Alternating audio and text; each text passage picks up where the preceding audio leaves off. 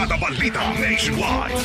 Samantala, isang senador na nawagan ho sa DPWH na tukuyin ang proponents ng bawat ghost at substandard flood control project. Si Brigada Ann Cortez sa detalye. Ibrigada mo! Brigada Live Report. Umapela si Senator Bam Aquino sa Department of Public Works and Highways. Nailabas na nga ang kopya ng detalyadong listahan ng mga ghosts at maging substandard projects sa Pilipinas. Ayon kay Aquino, dapat mabasa sa nasabing listahan ang pangalan ng kontraktor, halaga ng proyekto at maging assessment tungkol dito. Ngunit maliban nga sa nasabing detalye ay sinabi naman ng senador na gusto niya ring malagay sa listahan ang pangalan ng proponent nito.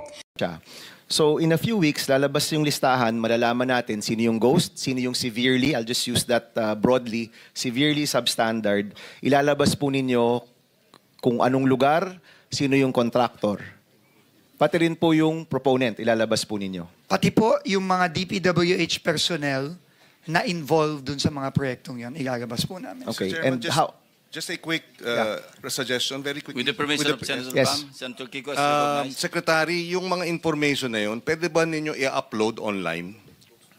That is the plan po. Gagawa po tayo ng DPWH Transparency Portal para po makita po ng mga kababayan natin ano po ang nangyari sa mga proyektong to. And we will try to be as detailed as possible without naman po compromising the case that will be filed against these people eventually. Maaalala una ng sinabi ni Aquino na maaaring sampahan ng kaso ang mga tiwaling kontraktor sa Philippine Competition Act upang mapanagot at mabawi rin sa kanila ang bilyong-bilyong perang kanilang nalustay. In the heart of changing lives, ako si Brigada Ann Cortez ng 105.1 Brigada News FM Manila, the Music News Authority.